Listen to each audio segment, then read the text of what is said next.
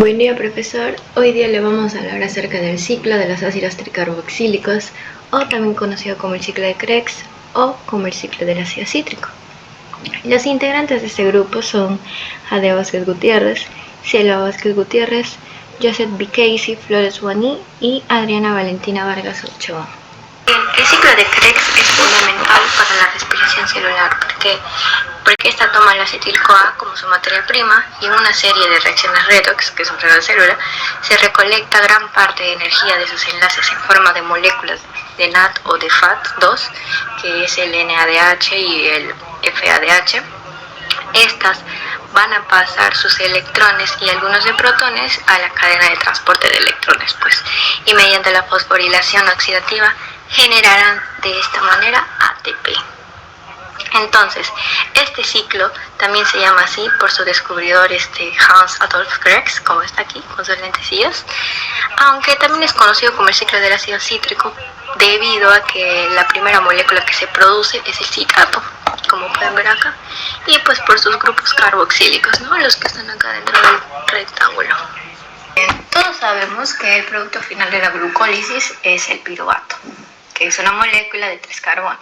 Ahora, este piruvato en presencia de oxígeno va a poder entrar en la mitocondria de la célula y es ahí cuando va a comenzar precisamente todo el ciclo de Krebs. Ahora, si no hay oxígeno, el piruvato nunca va a poder entrar a la mitocondria porque ésta solamente trabaja en presencia de oxígeno. Ahora, el piruvato solo se puede prender, activar cuando hay falta de energía, o sea, cuando hay más ADP que ATP. Por eso es importante la relación de ADP con ATP también.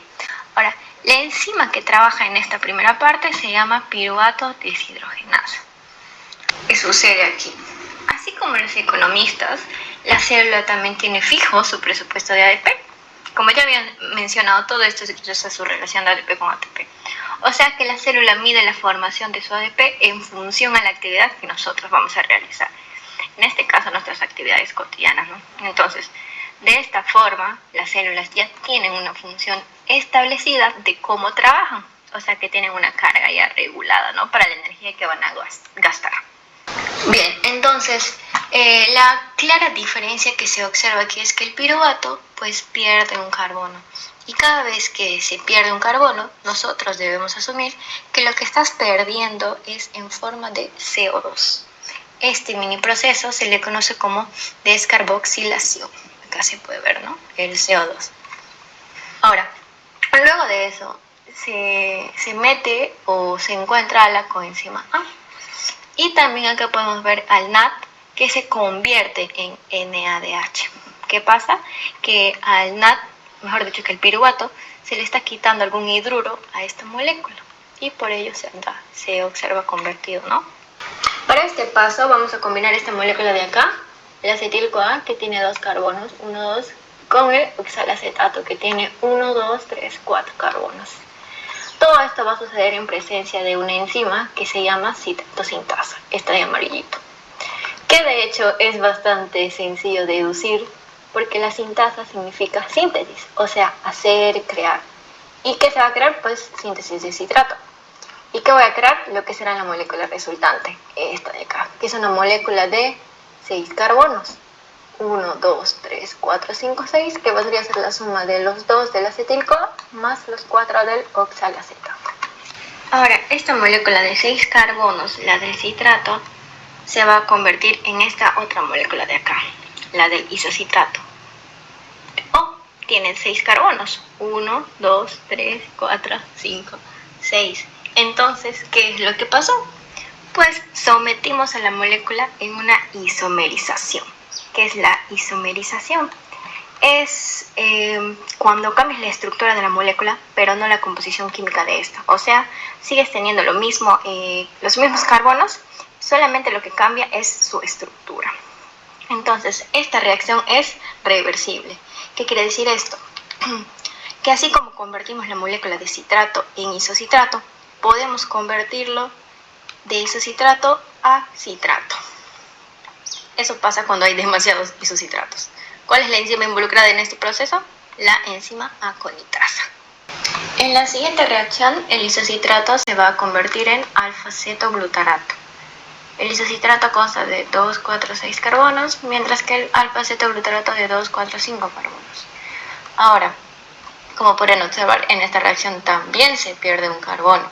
Y como lo expliqué hace un momento, cada que se pierde un carbono debemos asumir que lo estamos perdiendo en forma de CO2, o sea, de dióxido de carbono. Aquí también sucede otra descarboxilación. La enzima que cataliza en esta reacción se llama isocitrato deshidrogenasa. Ya saben que cuando escuchemos deshidrogenasas, entonces el NAD va a estar involucrado. Tomaremos el NAD, este NAD de acá, y lo convertiremos en NADH. ¿De qué manera? Pues le arrancamos un hidruro al isocitrato y de esta manera pues nos queda el NAD, el NADH. Y la molécula resultante es un alfa-cetoglutarato de 1, 2, 3, 4, 5 carbonos, como ya lo había mencionado. Esta partecita del ciclo de Krebs vamos a convertir de la molécula de alfa-cetoglutarato al succinil-CoA, que, como pueden observar, el alfa-cetoglutarato consta de 1, 2, 3, 4, 5 carbonos. Y el resultado en este caso va a ser el succinil-CoA, que tiene 4 carbonos, ¿no? En este caso la enzima que trabaja es el alfa-cetoglutarato deshidrogenasa, ASA. Como ya escuchan el ASA, pues se va a ver involucrado y va a trabajar el NAD, que va a agarrar de la molécula del alfa-cetoglutarato un hidruro, la va a arrancar y junto con este va a formar el NADH. Y acá está. Y pues se va a liberar un CO2, dióxido de carbono. Al liberarse un dióxido de carbono, se va a añadir una coenzima A, que como resultado va a dar el succinil-CoA de 4 carbonos. 1, 2, 3, 4. Bien, ahora que ya tenemos el succinil-CoA, vamos a convertirlo en succinato. ¿De qué manera? Puesto que no se nota diferencia visible en sus estructuras, ¿no? Bueno, ¿qué es lo que sucede aquí? En esta reacción ya no hay coenzima A. En algún punto de esta reacción se pierde. ¿Cómo? Pues cuando desechamos esta coenzima A, nuestro cuerpo genera un poco de energía que nos va a servir para lo siguiente. Tenemos el GDP más el PI, que es guanosindifosfato, más el fosfato inorgánico. Cuando se libera esta energía al desechar la coenzima A, esta energía junta y esto más esto pues resulta y se obtiene el GTP. Entonces, ¿para qué nos va a servir el GTP? Pues el GTP nos sirve porque va a estar a punto de ser robado. ¿Y quién es nuestro ladrón? Pues el ADP, que está aquí de verdecito, el ADP. ¿Qué va a hacer el ADP? El ADP le va a robar su fosfato al GTP. Es la diferencia, ¿no? El GTP es trifosfato y el ADP es el adenosindifosfato. Entonces, este ADP le va a robar su fosfato al GTP y se va a convertir en ATP, que esta reacción nos sirve específicamente para eso, para convertir y obtener ATP. Entonces, ¿qué va a pasar con el GTP? Se va a volver GDP. Y a este pequeño proceso se le conoce como fosforilación a nivel de sustrato. La enzima que participa en la conversión de la molécula de succinil-CoA a la molécula de succinato se llama succinil-CoA sintetasa. En esta reacción vamos a pasar del succinato, 4 carbonos, al fumarato, que también tiene 4 carbonos, gracias a la actuación de la enzima succinato deshidrogenasa. Ahora, como ya había mencionado que cuando escuchábamos deshidrogenasa ASA, asumamos que hay NAD involucrado, pero en esta reacción vamos a tener una pequeña excepción. En este caso en particular utilizaremos el FAT, que en presencia de la enzima succinato deshidrogenasa lo vamos a transformar a FATH2, acá como pueden observar. Solo en este caso, en todos los demás sí es NAD. Es lo único que sucede en esta reacción, que con la enzima se agarra el FAT y pues lo transformamos a FATH2. Y así obtenemos nuestra molécula de fumarato.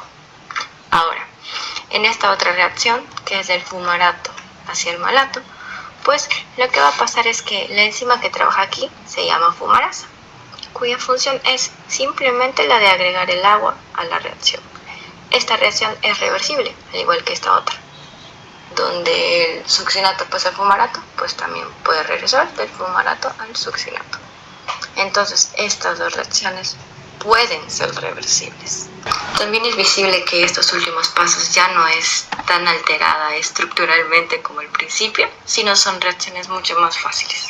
Y así es como llegamos a la última parte del ciclo de Krebs, en la que el malato se va a convertir en una molécula del oxalacetato, que esta es la molécula del principio, ya que se combina con el acetil-CoA para transformarse en citrato.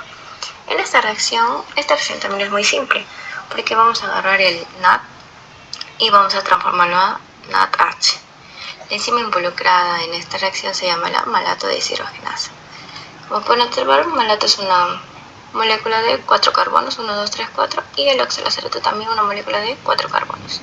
No se observa un cambio radical, un cambio visible. Recapitulando, ¿cuál es la producción del ciclo de Krebs? ¿Qué produce el ciclo de Krebs? Entonces, recordemos que la glucólisis, ¿cuántos piruvatos se obtienen de la glucólisis? Se obtienen 2, ¿verdad? Entonces, si el piruvato lo transformamos a acetil-CoA para el ciclo de Krebs, ¿cuántos acetil-CoA necesitaremos? 2. Entonces, el ciclo de Krebs se hace doble. Entonces, ¿cuál es el total de la producción? Bueno, recuerden que cada vez que perdíamos carbono en una reacción, ¿qué se obtenía? Se obtenía CO2, dióxido de carbono. Entonces, en esta parte que está de rojo podemos señalar que de isocitrato a alfa-cetoglutarato obtenemos 1 y de el alfa-cetoglutarato al succinil-CoA obtenemos otro. Entonces la producción total va a ser 2 por 2, porque ya habíamos mencionado que es el doble. Acá está, 4. El NADH obtenemos 6 porque en esta reacción también que está de azul obtenemos 1, en esta otra, y en el del malato hacia el oxalacetato pues tenemos otra, ¿no? En total va a ser 2 por 3 igual a 6. 6 NADH. Y bueno, ATP, la que tenemos en el paso del succinil-CoA hacia el succinato. Acá generamos 1, lo que habíamos hablado de ladrones. Entonces este le roba al ADP y se transforma en adenosin trifosfato, obteniendo un ATP, que porque el ciclo es doble, pues se multiplica 2 por 1, ¿no? Y 2. Y por último el FADH2, que obtenemos 1 también, que está de celeste. Multiplicado por 2, obtenemos 2. Ese sería el total de producción del ciclo de Krebs.